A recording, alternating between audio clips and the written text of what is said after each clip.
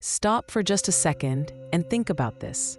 Yesterday, you probably said something to your child that seemed completely harmless, maybe even helpful. But what if I told you that those exact words might be quietly damaging the relationship you're working so hard to build?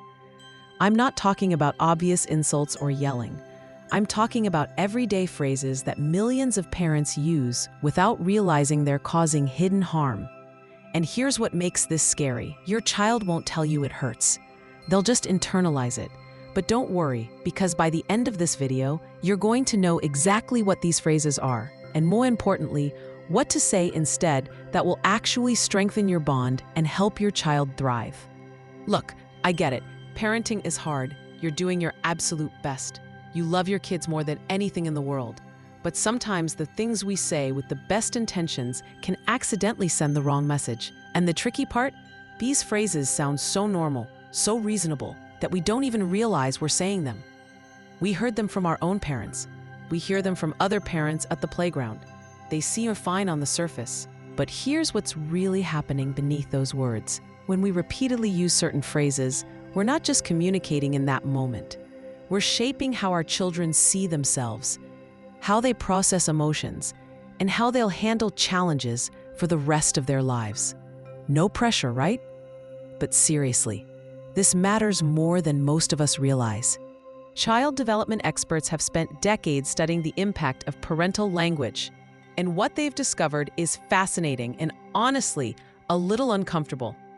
Certain phrases we think are motivating or helpful can actually teach children to doubt themselves, hide their feelings, or believe their worth is conditional.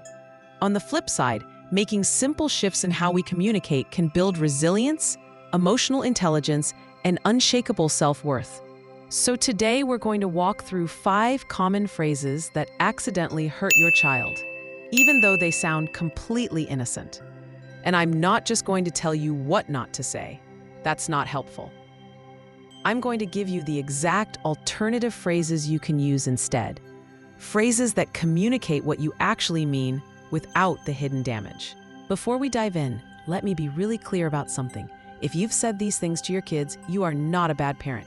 I've said some of these myself. We all have. This isn't about guilt or shame. This is about learning and growing. The fact that you're here watching this video shows you care deeply about doing right by your children. So let's learn together. The first phrase we need to talk about might surprise you because it seems so positive on the surface. In fact, you've probably heard parenting experts recommend it. You might have even felt proud of yourself for using it. But recent research suggests it might be doing more harm than good, especially when we use it in certain ways. Are you ready? The first phrase is one of the most common in modern parenting. It's something we say when we're trying to encourage our kids, when we want them to feel good about themselves, and it's backfiring in ways we never intended. Let me explain exactly what's happening and why this matters so much for your child's development. The first phrase that accidentally hurts your child is this: good job. Now, before you click away thinking I've lost my mind, hear me out. I know this sounds crazy. We've been told for years that praise builds self-esteem, that telling kids, good job, makes them confident. But here's what the research actually shows. When we constantly say good job for everything, we're teaching children to seek external validation for every single thing they do. They start performing for praise rather than finding internal satisfaction. They become dependent on other people's approval to feel good about themselves. And that's a recipe for anxiety, people-pleasing, and insecurity later in life. Dr. Carol Dweck, a Stanford psychologist who spent decades studying motivation, found that generic praise like good job can actually decrease children's persistence and resilience. Here's why. When kids hear good job over and over, they learn that the end result matters most. They become afraid to try difficult things because they might not get that praise. They avoid challenges. They give up faster when things get hard. Think about it from your child's perspective. They build a block tower. You say, good job. They draw a picture. You say, good job. They put on their shoes. You say, good job. After a while, those words become meaningless background noise. Worse, they start to feel hollow. Your child begins to wonder, do you even notice what I actually did? Do you care? Or are you just saying words? Plus, and this is important, constant praise for minor accomplishments can actually lower the bar. If everything gets a good job, then nothing feels special. Children lose the ability to self-assess. They can't tell the difference between something they worked hard on and something that required no effort. They need your approval to know if something was worthwhile. So what do you say instead? Here's the game changer. Get specific and descriptive. Instead of good job, try something like, I noticed you kept trying even when that puzzle piece wouldn't fit. That's persistence. Or, you used 3 different colors in that drawing. Tell me about it. Or, you put your shoes on all by yourself. You're becoming so independent. Do you see the difference? You're not judging or evaluating. You're noticing. You're describing what you see. You're helping your child recognize their own effort and capability. This builds genuine confidence from within, not dependence on external approval. When you describe instead of praise, you're teaching your child to observe themselves. They learn to recognize their own growth. They develop internal motivation. And here's the beautiful part. They still feel seen and valued by you, maybe even more so, because you're actually paying attention to the details of what they're doing. Now, does this mean you never say good job again? Of course not. Sometimes a quick good job is perfectly fine, but become aware of how often you're using it and start replacing most of those automatic good jobs with something more meaningful and specific. A second phrase that accidentally hurts your child is one we usually say when we're trying to toughen them up or help them move past disappointment. We say it with love, trying to minimize their pain. The phrase is, "You're okay," or "It's okay," when they're clearly not okay. Picture this. Your child falls down and scrapes their knee. They're crying. And what do most of us immediately say? "You're okay. You're fine. It's just a little scrape." Or your child comes home upset because a friend excluded them at school. They're genuinely hurt. And we say, "It's okay. Don't worry about it. You'll make other friends." Here's the problem with this. When we tell children they're okay, when they're clearly upset or hurt, we're essentially telling them that their feelings are wrong. We're teaching them not to trust their own emotional experience. We're saying that what they feel doesn't match reality, and they should suppress it. This creates something psychologists call emotional invalidation. Over time, children who are repeatedly told, "You're okay," when they're not, learn to disconnect from their feelings. They learn that emotions are inconvenient, that expressing hurt or sadness is wrong. They become adults who can't identify what they're feeling or who feel ashamed for having normal human emotions. Think about it from an adult perspective. Imagine you're genuinely upset about something and someone says, "You're fine, stop overreacting." How does that feel? Dismissive, right? Invalidating.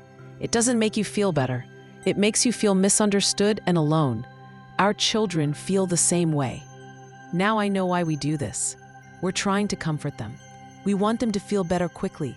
We don't want them to suffer. Sometimes we're uncomfortable with big emotions and don't know how to handle them. Sometimes we're in public and we're embarrassed by the crying. Sometimes we're just tired and want the moment to pass. All of that is understandable and human.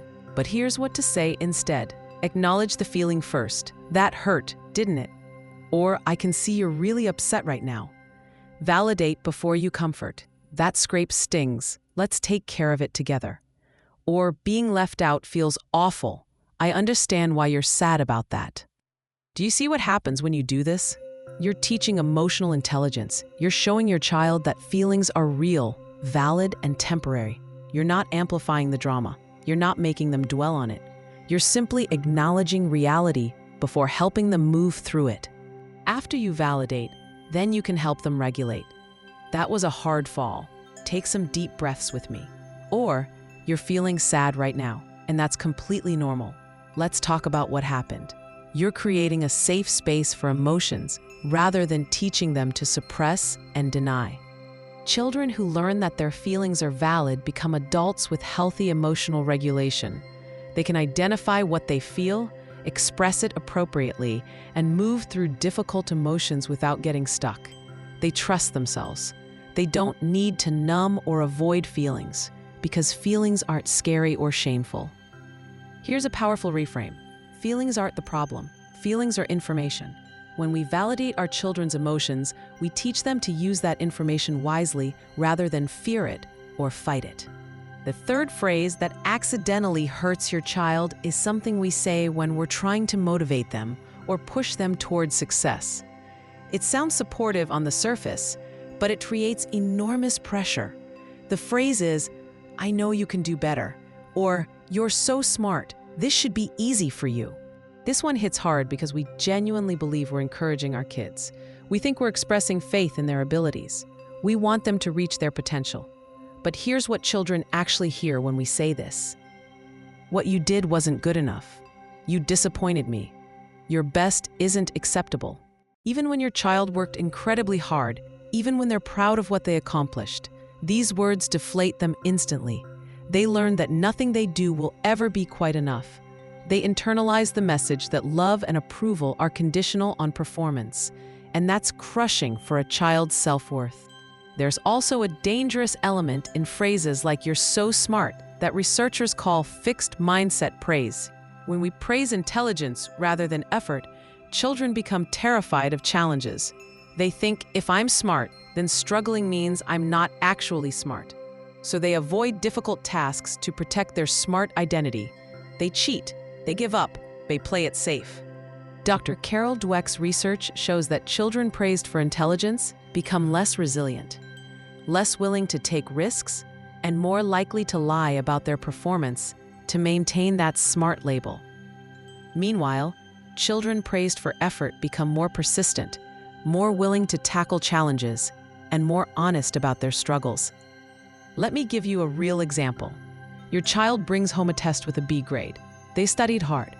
You look at it and say, "You're so smart, you could easily get an A if you tried harder." What's the message? That their effort wasn't enough. That being smart means things should be effortless. That you're focused on the grade, not their learning process. Here's the alternative. "I can see you worked really hard studying for this test. What did you learn that you didn't know before?" Or, "Tell me which questions were the most challenging. What strategies did you use to solve them?" Focus on the process, the growth, the effort, not the outcome. When children struggle with something, instead of "You're so smart, this should be easy," try "This is challenging right now." And that's how learning works. Your brain is actually growing when you work through difficult things. You're normalizing struggle. You're reframing it as a sign of learning, not a sign of inadequacy. Or try this powerful phrase, "I love watching you figure things out. What do you think you could try next?"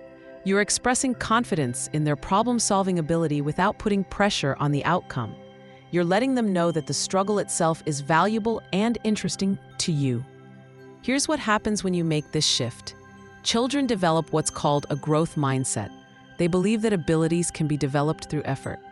They see challenges as opportunities rather than threats. They become comfortable with not knowing something yet. That word "yet" is powerful. "I can't do this yet" is completely different from "I can't do this." They also learn that your love and pride aren't dependent on their achievements. You're proud of who they are and how they approach challenges, not just what they accomplish. And that creates unshakable self-worth that lasts a lifetime. The fourth phrase that accidentally hurts your child is one we often use when we're frustrated or overwhelmed. It usually comes out when we're at our wits' end and we just need our child to cooperate. The phrase is, "Because I said so," or "Because I'm the parent, that's why." Now look, I'm not going to pretend I've never used this phrase. Sometimes you're tired, you've explained something 3 times already, and you just need your child to listen.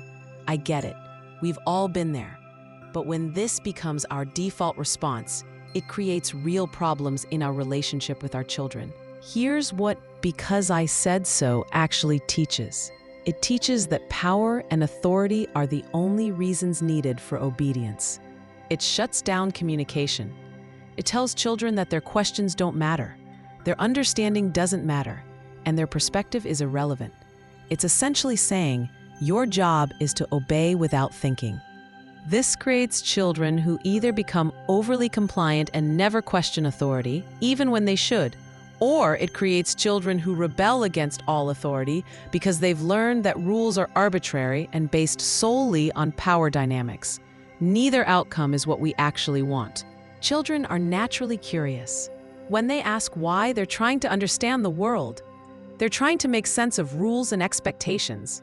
And yes, sometimes they're testing boundaries or trying to negotiate. But even then, there's an opportunity for connection and teaching rather than just shutting them down. When we explain our reasoning, even briefly, we're teaching critical thinking. We're showing them that rules exist for good reasons, not just because adults feel like making them. We're modeling how to think through decisions.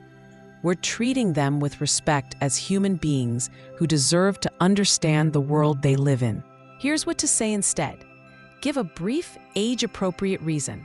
We're leaving now because the doctor's office closes in 20 minutes and we need to be on time.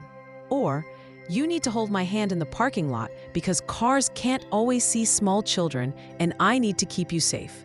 Or, screen time is done for today because your brain needs other kinds of activities to grow healthy and strong. Notice these explanations aren't negotiations. You're not asking permission. You're not opening a debate.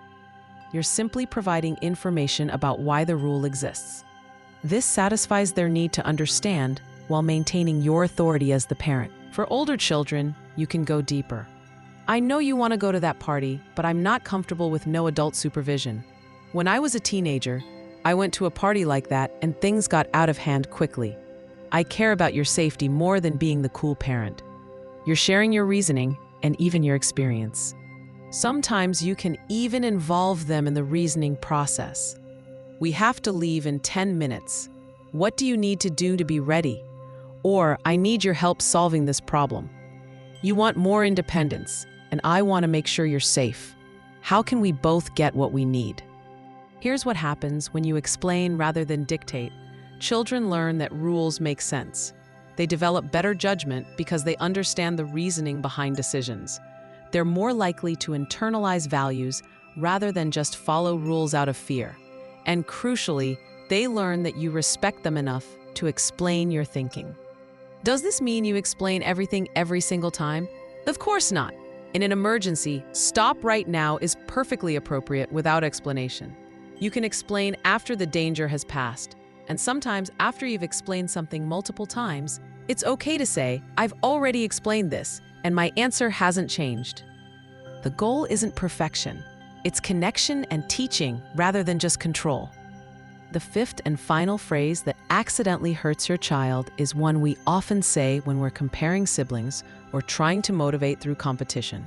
It sounds innocent, maybe even encouraging, but it plants seeds of insecurity that can last for years. The phrase is, why can't you be more like your brother? Or, your sister never had this problem. This comparison is absolutely devastating to children, even when we think we're being subtle about it. Here's why. When you compare your child to a sibling, a classmate, or anyone else, you're telling them that who they are isn't acceptable. You're saying they need to be someone else to earn your approval. You're creating competition instead of connection. These comparisons damage both children involved, not just the one being compared unfavorably. The child being held up as the example feels pressure to maintain that position and often develops anxiety about losing their favorite status. The other child feels resentment, inadequacy, and often develops a negative relationship with their sibling that can last into adulthood. Every child is unique. They have different strengths, different challenges, different personalities, and different developmental timelines. When we compare them, we're ignoring their individuality and expecting them to fit into a mold that might not match who they authentically are. That's not just unfair, it's harmful to their developing sense of self. Children who are frequently compared to others become adults who constantly measure themselves against everyone around them.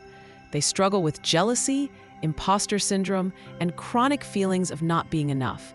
They have trouble celebrating their own wins because someone else is always doing it better. They can't be happy for others' success because it feels like proof of their own inadequacy. So what do you say instead? Focus on your child as an individual. I notice you're struggling with homework time. Let's figure out together what would help you focus better. No mention of siblings, no comparison, just problem solving focused on this specific child and their specific needs. Or try, you have such a creative way of approaching problems. It's different from how your brother does things, and that's what makes you special. You're acknowledging differences without ranking them. You're celebrating uniqueness rather than using it as a weapon. When you need to address a behavior, make it about the behavior, not the child compared to others. Leaving toys all over the floor creates a safety problem. What's your plan for cleaning up before dinner? Versus, your sister always cleans up without being asked. Why can't you? Here's the powerful shift. Celebrate each child's individual progress without reference to anyone else. Last month, you really struggled with tying your shoes, and now you can do it independently. Look how much you've grown. You're comparing them to their own past self, not to other people. That's the only comparison that matters. Let's wrap this up. We've covered 5 phrases that accidentally hurt your child even though they seem harmless. Good job without specifics. You're okay when they're clearly not. You're so smart. This should be easy. Because I said so. And comparisons to siblings or others. Here's what I want you to remember. You don't have to be perfect. You're going to slip up and say these things sometimes. We all do. What matters is the overall pattern of communication in your home. Are you mostly building your child up or tearing them down? Are you mostly connecting or controlling? Are you mostly validating or dismissing? When you catch yourself using one of these phrases, you can even repair in the moment. Wait, let me try that again, is a powerful thing for children to hear. It shows them that adults make mistakes and can correct them. It models self-awareness and humility. Start small. Pick one phrase from this video that resonated most with you. Focus on changing that one pattern for the next week. Notice what happens in your relationship with your child when you make that shift. I think you'll be amazed at the difference small changes in language can make. Your words have power. They shape how your children see themselves and the world around them. By being more intentional with your language, you're giving your child an incredible gift, the foundation for healthy self-esteem, emotional intelligence, and resilience. If this video helped you see your parenting communication in a new light, do me a favor and hit that like button. It helps other parents who need this message find it. And if you want more practical parenting strategies that actually work in real life, subscribe to the Parenting Blueprint. We post new videos every week to help you parent with more confidence and less guilt. Drop a comment below and tell me which phrase you're going to work on changing first. I read every single comment and I'd love to hear about your experience. Remember, great parenting isn't about perfection. It's about connection, growth, and showing up with intention. You've got this.